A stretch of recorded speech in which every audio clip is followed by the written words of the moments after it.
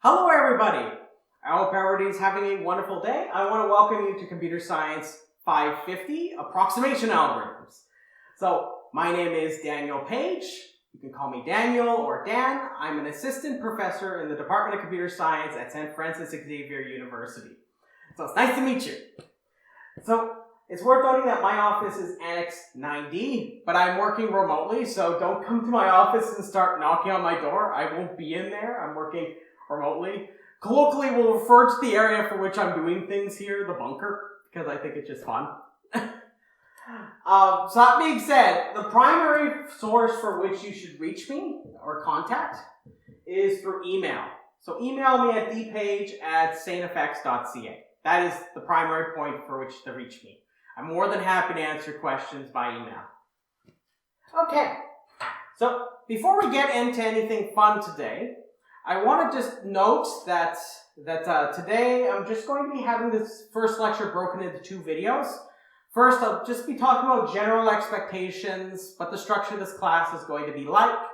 And then there's going to be a second video, which is the remainder of the first lecture, where I actually start into the course material.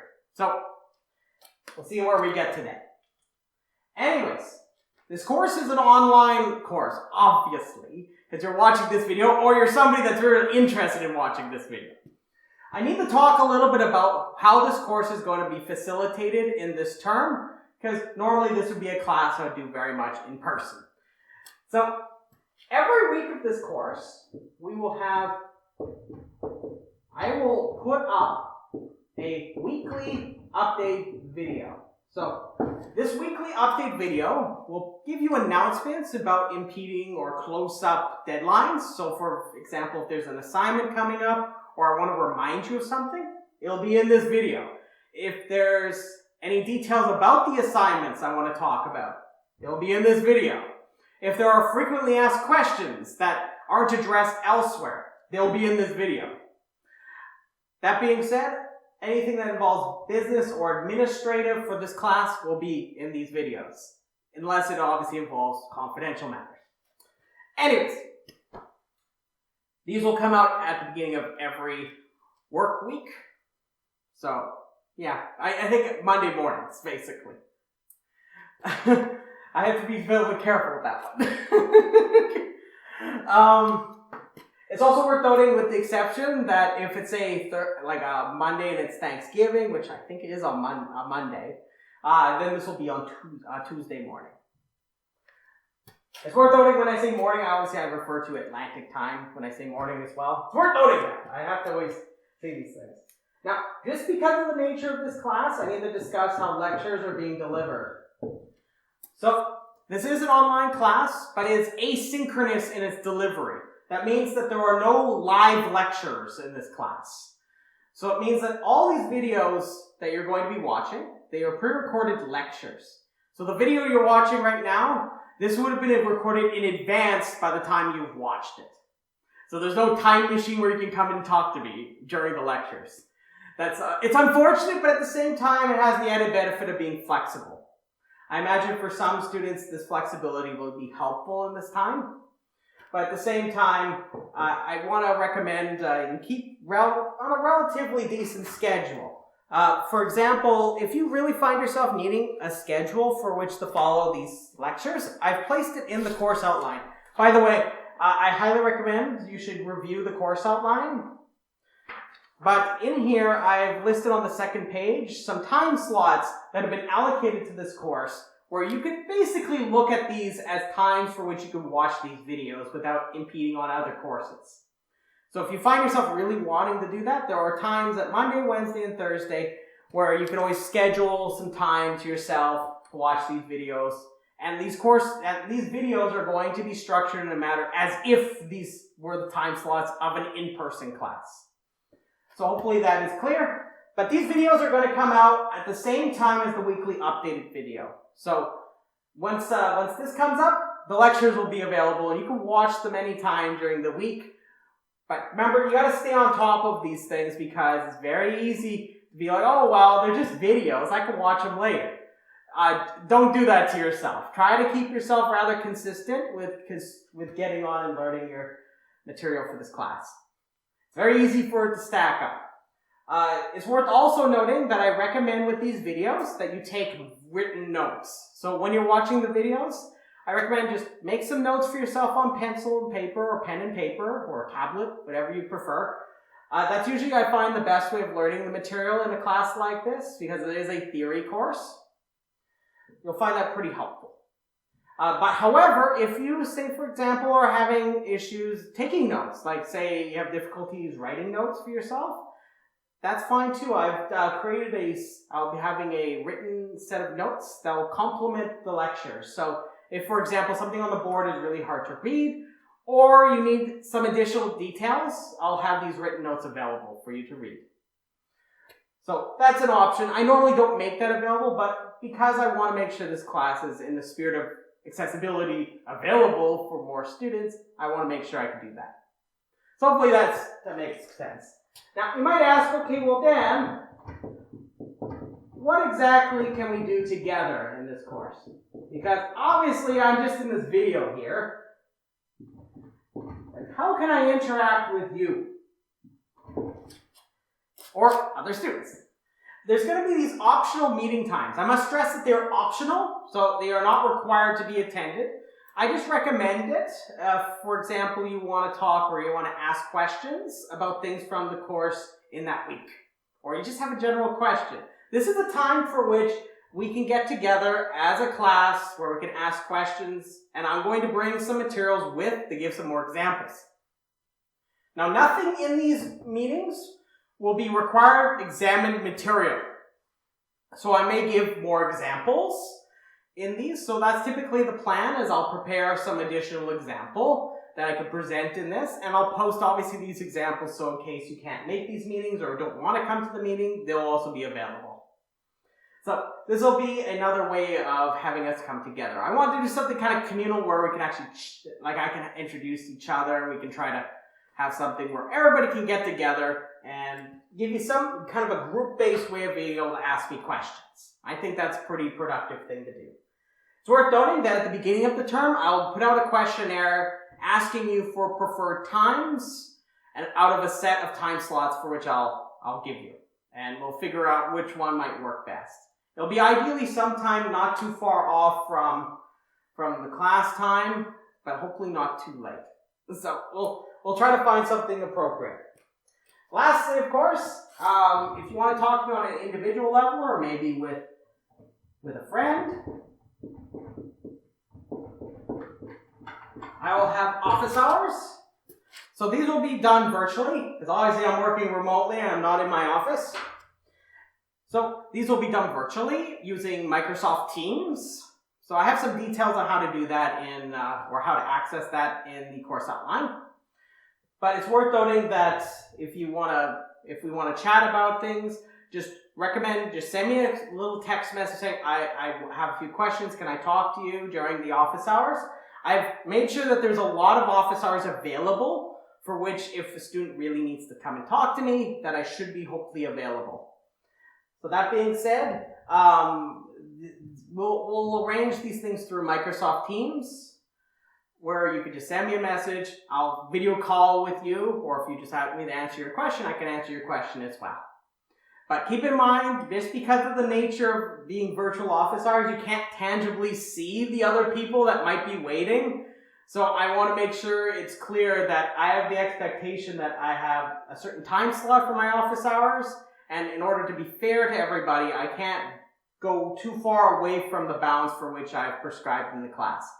So hopefully this is understandable. So for example, the only main times I'll be doing office hours, video calls will be during office hours and this optional meeting time. So other than that, contact me by email. I think that's the preferred way outside of those realms there.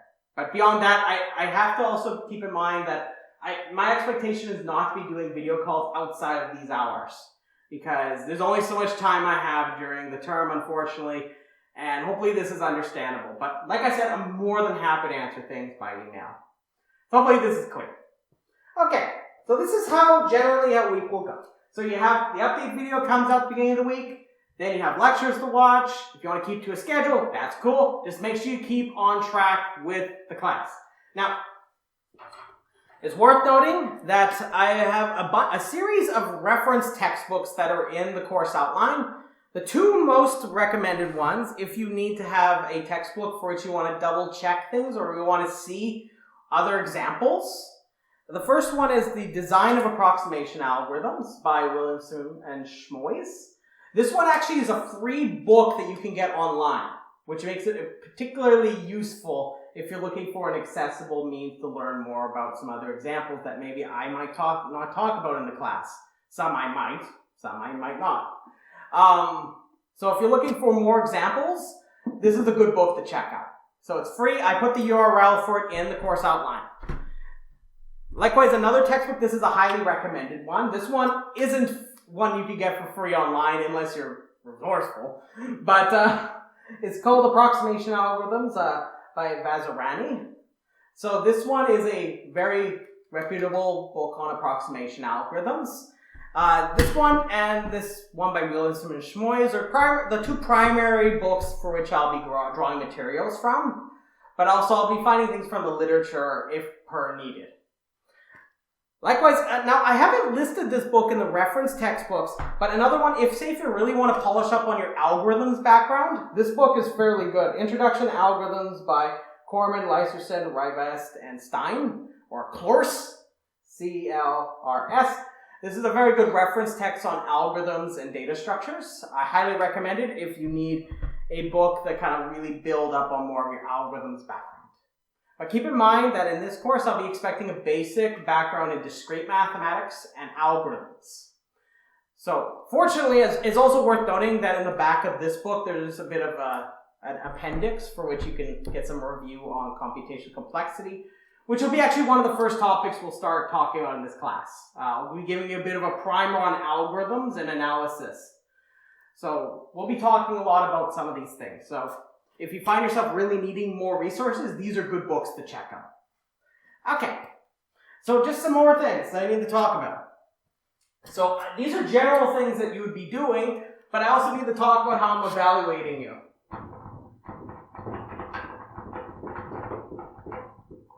So these are other things that you're going to be doing throughout this class. So the first one is assignments. So in this course, you'll be doing written assignments. There's no programming assignments in this course. In this class, you're mostly focused on proving mathematical claims about algorithms. So that's why I say you need to make sure that you're familiar with a bit about discrete mathematics, because I'll be asking you to write proofs. Now, it's worth noting that I'll be expecting and being able to give you plenty of feedback on your writing style or things of that nature. So remember, this is a part of learning about these things. So don't worry, I'm going to be fairly supportive in trying to help you if you feel like you're not really quite there yet. So assignments, there's going to be 3 of these assignments, at least that's sort of what's planned. And they're going to be spread out pretty wide. So I highly advise not putting these off to the last minute. It's because of the nature of the assignments which are going to require you to do plenty of thinking about the problems at hand. That's why I'm giving you a lot of time. It's also to make sure things are a little flexible because I know you're probably taking other courses as well. So hopefully that is clear. These assignments you can do with pencil and paper, or you can type them up, or you can do your tablet and do it in digital format as well. As long as you submit it to me in a single PDF file, I'm happy. If you're doing it with pencil and paper, I recommend scanning your assignment pages and make sure you number them. However, photo pictures are fine too. So if you take a picture with the camera, as long as it's high quality and easy for me to read it, and it's, like I said, in a single PDF file, all your stuff, that's fine. Okay. So that being said, the next thing I need to talk about are the term test. So there's going to be one test in this course. This is technically not an exam, but it's a test for which it is it's going to be open book, where I'm going to give you a scheduled date, and I believe I have it in the course outline, where what's going to happen is I'm going to give you a series of problems, and on that scheduled day, the day I have in the course outline, I'm going to release this test, and you'll be given a time window for which to complete it, And there'll be an anticipated or expected time for which you can complete it if you did do it as an open book test. So the constraints of it won't be too wild. They'll just be generally to make sure you understand the fundamentals of this course. So it's not really about trying to kill you with the test. It's about making sure you understand the fundamentals. So this will be on a scheduled day. I'll give you a time window where I'll release the test, and then you'll have to submit it by the end of that time window. So it'll very much operate like a written assignment does. Okay. Other than that, it's involving your course project. So there's going to be a project proposal.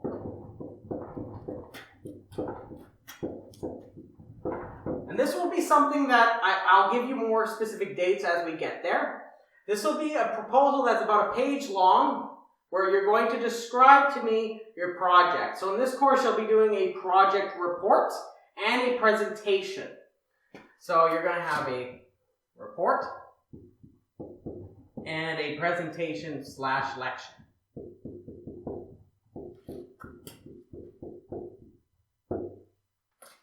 So this report will be, it might be of the nature of a survey paper, where what you're going to do is you're going to select a problem of interest, and then you're going to pick 2 or 3 papers about that, and then maybe provide a broader survey on that problem with respect to approximation algorithms. Or you could select an algorithmic technique, for example, maybe one from the class, or maybe one that we haven't covered, and talk about 2 or 3 examples of problems and how you would apply that technique to those problems in the realm of approximation algorithms. So, like I said, this is going to be a proposal where you're going to select a topic. We're going to try hopefully having it where everybody has a unique topic if we can. If not, that's fine. But keep in mind it will have these components, the report being worth the most, the presentation / lecture will be worth second most out of all the project components. So just take a look at the course outline and see if that makes sense. Okay, so this is generally how I'm going to assess you in this course. Now, before we get into material, I just have one other remark to make. I think I've touched on most of everything. But remember, do read the course outline. I think I try to lay out things pretty clearly. One thing that you should consider is academic integrity. For example, one thing I should also mention before I get to that is that a lot of these things over on this side of the board, they're pretty flexible. These are not flexible. So I'll be expecting you to be able to meet the deadlines of the project. For example, one thing I should note, and this is why I wanted to mention this, is that the presentations are going to be done during those time blocks that I mentioned earlier. The ones for which you can operate and pretend it was as if they were in-person classes. Towards the end of the course, in the last maybe 2.5 weeks, we'll be doing presentations in those time slots. So hopefully that's clear. But yeah, you have an obligation to finish these items within their scheduled deadlines. There's no flexibility there. These deadlines are strict. There's no late assignments, and I will not grant extensions unless there's an academic accommodation. So that brings me to talking about academic integrity. So this is an online course, so it's incredibly tempting to look online and try to find answers to the solutions for your assignment. I recommend not doing this because that is only cheating yourself. Because when it comes to these assignments, the goal is to get you to think carefully about the problems at hand and get you to apply concepts from the lectures. So the goal here is to make sure that you come out of this class and you learned and you felt like you got some new piece of knowledge that you didn't otherwise have. And a lot of that challenge comes from trying and sitting down and spending possibly a lot of time thinking about some of these problems and seeing how you can use the things we're going to use in class. If you decide, okay, well, instead I'm just going to copy my friend's work, don't do that. That's plagiarism. That violates academic integrity, and in particular, it's academically dishonest, and our university takes that very seriously. So please don't do that. It's not cool. It's not only cheating your classmates by saying, I'm going to take the easy road out because I'm trying to assess everybody fairly. It's also cheating yourself because you're not meeting the expectations of the course. So hopefully that makes sense. like I said, I like to make my expectations pretty laid out and clear. I expect you to hold yourself to those expectations. Okay. So I think that's everything in terms of the course outline. I just want to talk briefly about the topics in this class. So, in this class, you'll find that we're going to talk about things in a way that possibly an undergraduate computer science degree would normally not. Or if not, it only lightly touched upon, depending on what kind of program or your background might have been. So I want to present some discussion on this. So there's going to be kind of a general gist for how this course is going to operate. So first, I'm going to be doing a bit of a review, where I'm going to be discussing analysis of algorithms. I'll be talking about some computational complexity classes. So just so you're aware of some of the theory for which we're going to build on top of. Then on top of that, after, we're going to talk about some fundamental concepts. So these are going to be definitions, like what is an approximation algorithm? For example, very often when I give you a problem looks kind of like this. It looks like a set where, like imagine this is my big bubble and I have a problem. Each problem has a problem instance.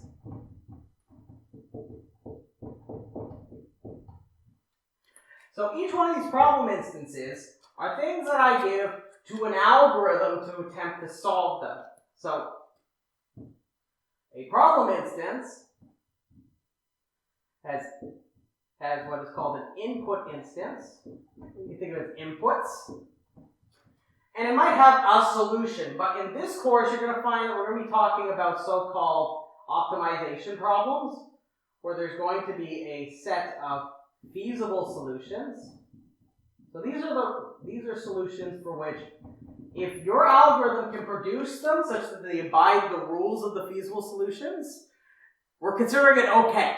However, there's only a specific subset of these. So just to give you another picture, so say these are all your feasible solutions for a problem. There are going to be a subset of them that are going to be what we call the optimal solutions. So when we're optimizing, you're naturally going to have some of these feasible solutions, and we're going to ideally want is get something that's involving the optimal solutions. So when I have my problem, I want to be able to give it to my algorithm.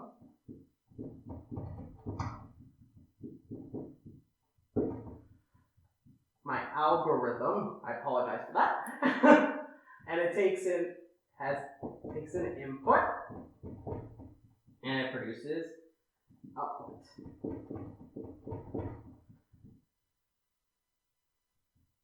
So this is obviously what your algorithm does.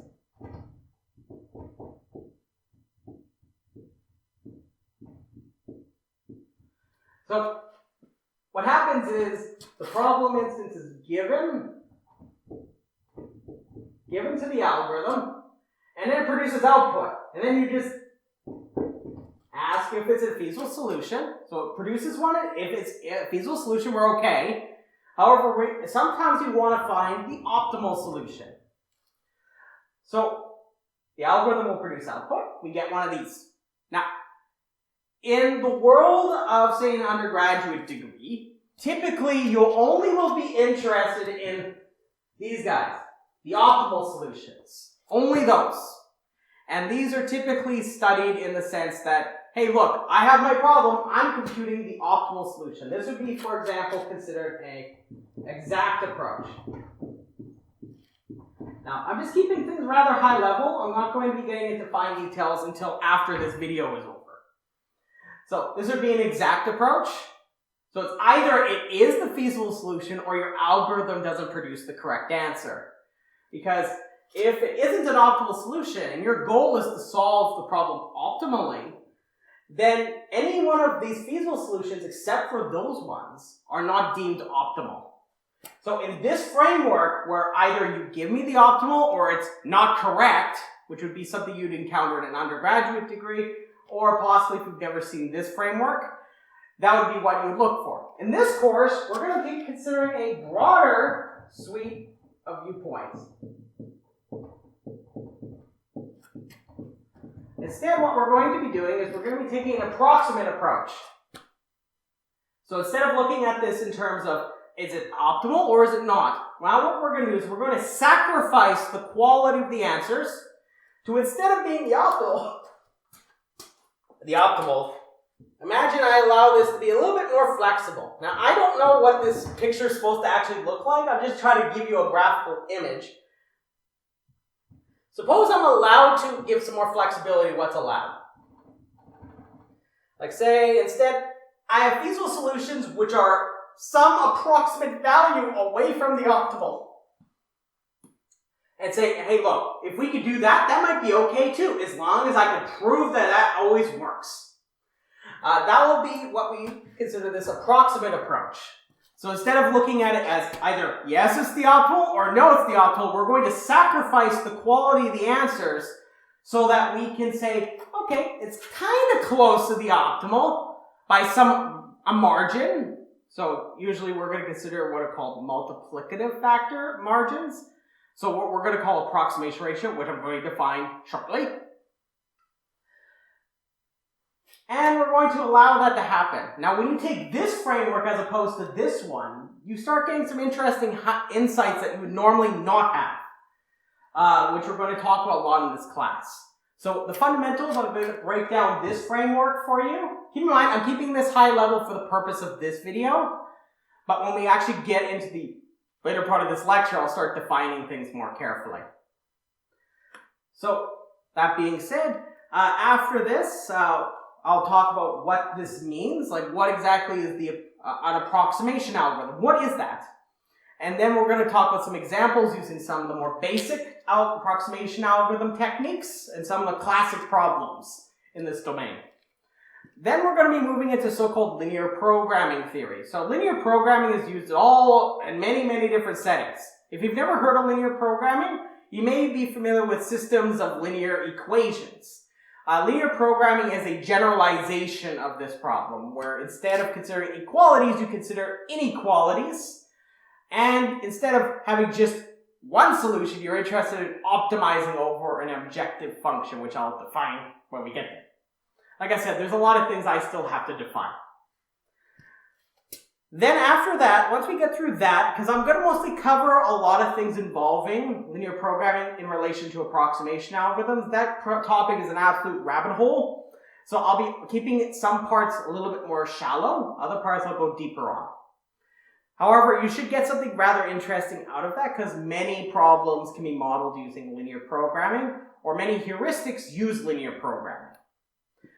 So beyond that, we'll see how you can use linear programming to design so-called linear programming rounding algorithms, which are incredibly powerful for some problems. Some of the best known approximation algorithms use this technique. I'll be showing you some of the best or state-of-the-art ones. Beyond that, I'll talk about a couple other things as well. So like primal dual I might talk about, randomized algorithms, so how we can use randomization to get better approximations. I'll talk a little bit about that later on in the course. Two other topics I want to talk about are polynomial time approximation schemes. So notice I said, okay, well, we're going to allow some flexibility. What if you can have a framework where instead of saying, okay, well, I accept everything within some ratio or some amount away from the optimum. What if I could guarantee to you that my algorithm will always produce an answer within 1% of the optimal solution? So if I want to make it 1% close to the optimal, and now I must stress that the problems that we're normally interested in are so-called NP-complete problems, NP-hard problems, I should be more precise. We're going to be talking about that difference in a moment. So we're going to be talking about NP-hard problems. So for NP-hard problems, the best known exact algorithms typically take exponential time. And there's good reason for that. But we don't know everything. However, if you take this approach, instead of accepting exponential time algorithms, you can actually get nice polynomial time algorithms where you can actually get the answers really close to the optimal. which is quite desirable and absolutely something you would not view if you did not know about this approach of thinking about optimization problems. Because sometimes in the world of optimization, it's either this exact approach or some people rely on heuristics. I'm showing you another more rigorous way of doing things. So the whole point of being able to do this, where we take this approximate approach, is by relaxing our conditions on how close we are to the optimal. The hope is to design faster algorithms. So when we talk about what I said on a polynomial time approximation scheme, the idea is very simple. If I can give you a fast algorithm that's able to get this close to the optimal, you might want to use that over an exponential time algorithm. That's what makes it very fascinating. Now, on the complementary side, the final thing I wanted to mention, keep in mind that these topics might jump in between each other. For example, I might talk about polynomial time approximation schemes and this last topic, which is hardness of approximation. So this is on the complementary side, where we ask questions of how good our approximation algorithms can be. So I'll keep that rather simple, and that being said, let's get started. So just check out the next video and have yourself a beautiful day.